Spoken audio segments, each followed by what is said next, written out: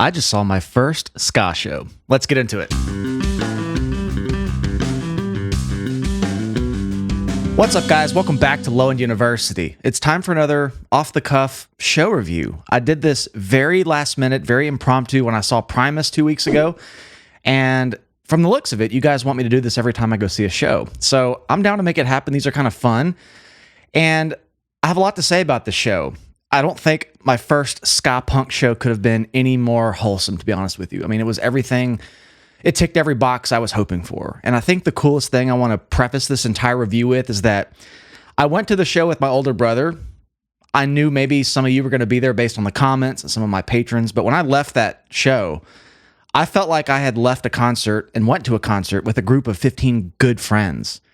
You guys were all such sweethearts. So many of you I met came up to me and have watched the channel. Some of you were on my Patreon, and I just really felt the love. That means a lot to me. I mean, so many names: Michael, Dylan, Matt Morris, Tanner, Hans from Patreon, who's been there a long time, Cammy, JD, Josh, even Kara, who used to be from Shreveport. It's a really cool small world moment thing too. And it was just so much fun. I didn't get in the pit, but I will make it happen, maybe at the next show.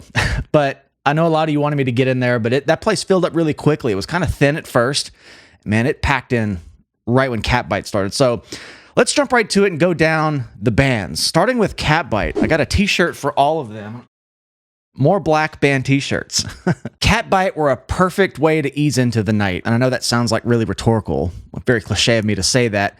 But I'm talking about stylistically, because the more the show went on, Suicide Machines came on, Fishbone, then Less Than Jake, I feel like Catbite summarized the entire stylings of all the bands really well. Like they were like a sampler that took elements of each of the bands after them and really eased you into a perfect ska show. I mean, I even took some notes here during the show because it's 4 bands to remember this time instead of Primus and just Mono Neon. Catbite honestly were one of the most fun bands to watch in terms of stage presence.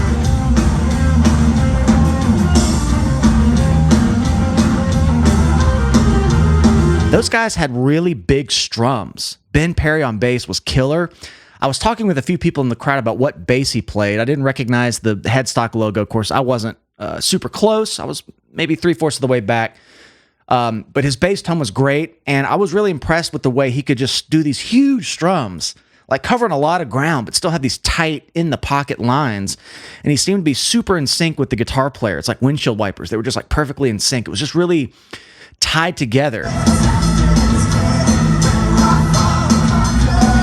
And the keyboard player almost stole the show. What a fun element to add to that sound.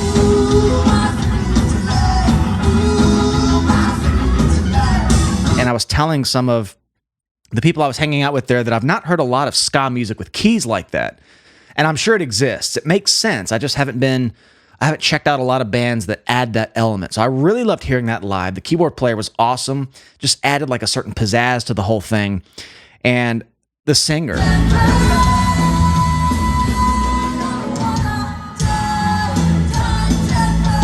What a powerhouse of a vocalist. Man, just pipes for days. And I think she was the hardest working musician on the bill, coming out to perform something with every band, I believe. I was familiar with every band going into the show except Catbite. I went in completely blind, knew nothing about them, and I kind of wanted it to be that way, to at least have some surprise element to the band, and they really won me over. Next up were the Suicide Machines. Yes, I'm going to change my shirt every time. I did this on the last video, might as well. Suicide Machines were honestly probably the highlight of the night for me. I think there was still an element of being unfamiliar with the band. I've only heard that one album. It was about a year ago. I kind of held off on listening to it, getting close to the show. Once I decided I was going, I wanted to kind of just re-experience some of the crazy bass playing I remember from reviewing it over on Patreon. And holy shit. Rich Sherhart. You know, I went and saw Dream Theater back in February, who are one of my favorite bands of all time.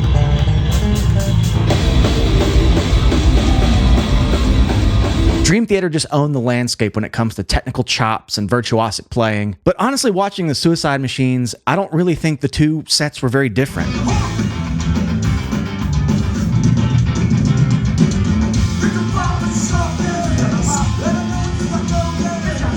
Rich is a madman, and he was so gracious. He sent me an email when I did the high anxiety video leading up to the show, gave me his phone number, said, let me know when you get here. And he came out right before their set and introduced himself, and we just got to catch up a little bit and hang out. And it was just so gracious and nice of him. And I was just asking him about, what's coming up for the band. And he said there's some pretty cool stuff coming up.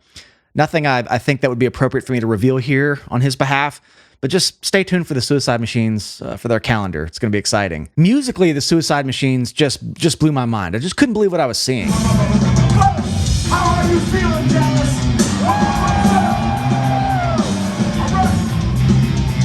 I think the coolest thing about Rich's bass playing is that it almost sounded like he was playing with a pick. There were certain times I would close my eyes and listen to the bass lines, and I swear he's using a pick.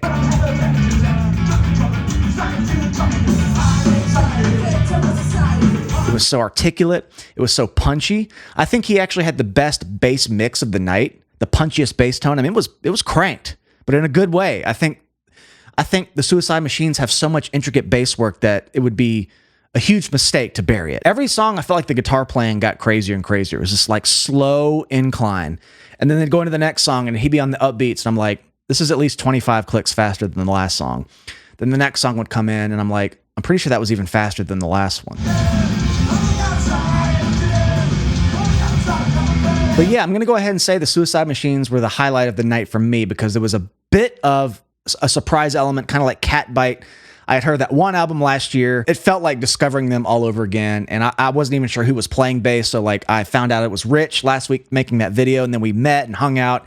It was just all so fast, so amazing. Jason Navarro, frontman, put on an amazing show as well. I heard him do a lot of different vocal styling, some really heavy, kind of harsher stuff that was surprising. I don't remember hearing a ton of that when reviewing that first album, but I've heard very little of this band, so all in all, it was just so high energy. I mean, it was an electric set, and Rich just made it look effortless. I'm just such a huge fan of his playing. Moving on to Fishbone, and I actually thought Fishbone were playing before Suicide Machines. I thought it was a co-headline tour, but Rich had told me that Fishbone and the Suicide Machines alternate direct support each night, so Fishbone maybe had a longer set than if Suicide Machines would have played as direct support. Nonetheless, I feel like I got my money's worth. Trust me, I'll get to that in a second too. But here we are with Fishbone. Fishbone was, I think, had the best mix of the night. And that's the most impressive thing, considering they have, 8 people on stage? I didn't count or anything, but they came out like a huge family.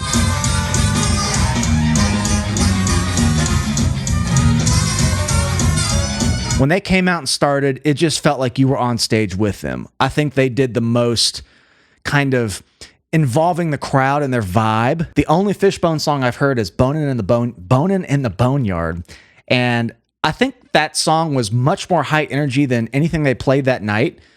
That's not a complaint, but I guess I was looking forward to hearing that song. I thought it was maybe one of their more popular songs, just a crazy slap bass.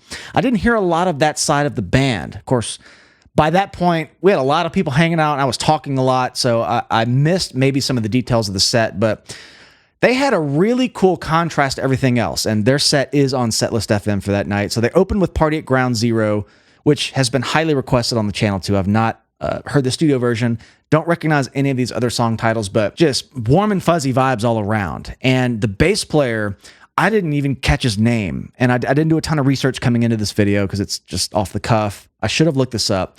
And I don't know the backstory of why Norwood Fisher's not in the band, or maybe some of the other original members. I'm paraphrasing off some of your comments. I just cannot remember the history there. This appears to be a much different lineup. I think Fishbone had the most impressive full band, just being on the same wavelength. They had these big kind of over the bar line unison melodies between everybody in the band. You know, this dum ba da bum bum bum bum ba da da dum.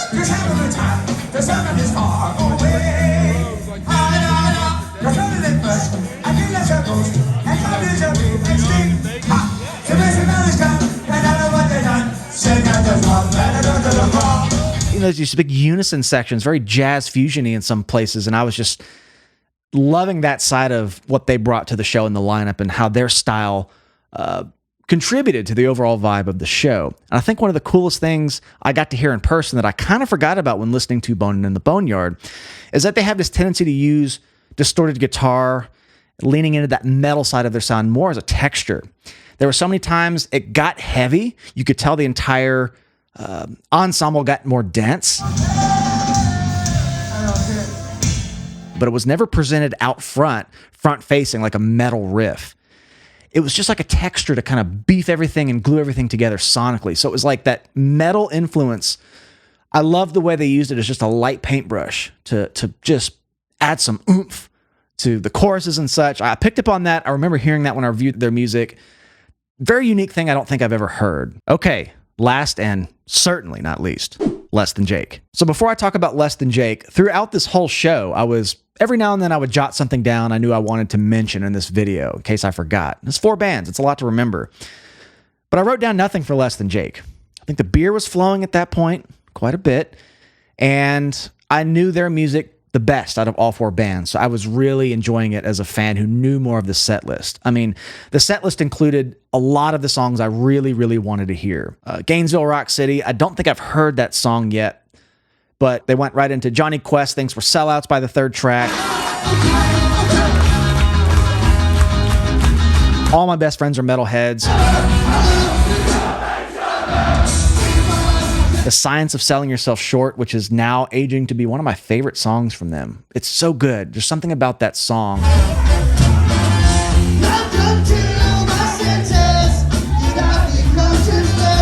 Al's War, Plastic Cup Politics, which we just did the other day. History of a Boring Town. I live in Shreveport, so I relate to that so much. No shade on Shreveport, but I love the relatability of that song and its lyrics. And then the encore was just action-packed. Less Than Jake, I think, had the least amount of surprise factor to me because when I learned all my best friends are metalheads for the Stingray demo a while back, I watched a few live videos of Roger to kind of see how he played it. I ended up, watching some of their live footage. So it's like I'd already kind of had a sampler of what I was in for, but it was just as good. Roger sounds just like the record. Chris sounds just like the record.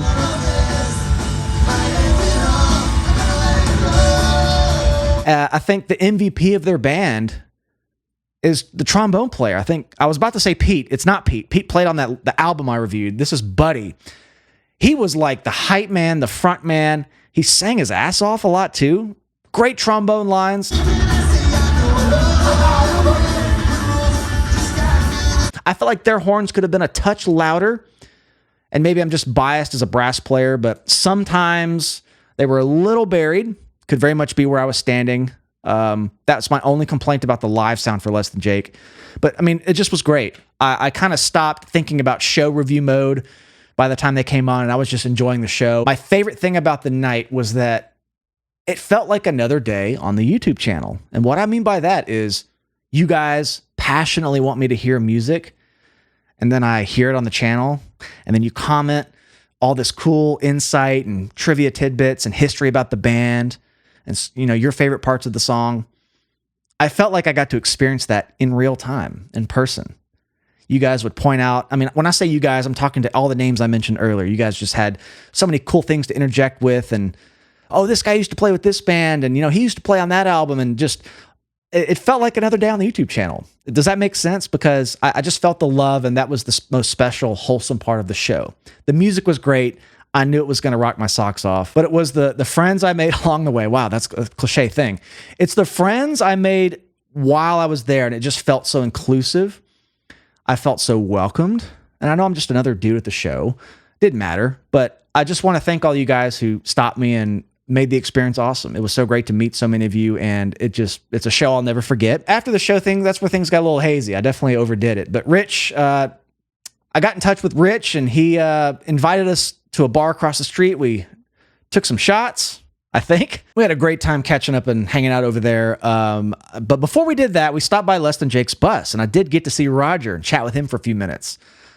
Super nice guy. I got to tell him just how much I enjoyed the show, and I hope I didn't talk his ear off too much. But one thing I did pick up at their merch stand was this. I had to have this when I saw it. I completely forgot this thing existed until I reviewed Hello Rockview, and I remember reading about it and then forgot about it. But it's like the comic book. So I want to sit down and check this out, kind of give it more of a thorough read, but it felt like a collector's thing. I did send my son a text message. My son is entering 6th grade, and he's playing the trombone. And I sent him a picture of Fishbone's trombone player. And I said, son, see how cool the trombone is? And it was really cool too, because my older brother who went with me, Jeff, he played trombone. He's a trombone player. So he's kind of getting into ska and punk alongside me. He watches the channel. I was so glad he got to go with me and see these trombone players. It was just a really cool experience for both of us for very different reasons. But two final observations about this show. I don't think I could have gotten a more complete ska punk experience. Really, I mean, I feel like the pairing and the billing and the lineup on this tour were like going to a ska restaurant and getting the sampler. I got a little bit of everything I wanted. A lot of horns, a lot of fast, virtuosic technical playing. So whoever was the brainchild behind putting these four bands together on the bill, I was entertained. I would have paid $200 to see that. And the tickets were suspiciously cheap. I mean, like $50 maybe. I can't quite remember, but the amount of musicianship, passion that went into the show, it was worth so much more. But that's my show review, impromptu, off the cuff. I wish I had gone to see one of these shows sooner. I'm glad I could finally make it happen. 2 years, almost 2 years into discovering these bands on the channel. It will not be the last one. I don't know quite when the next one will be, as it's kind of an ordeal for me to get out of town when my kids are, during the school year like this, but they just started school last week. So I was able to make it happen. I had a huge list of shows I wanted to potentially see this time period in Dallas, and this is the one I picked. And I'm so glad I did. I wouldn't have changed anything about the night. We had such a great time, and I feel like this is very full circle. So I think next, what tattoo am I getting?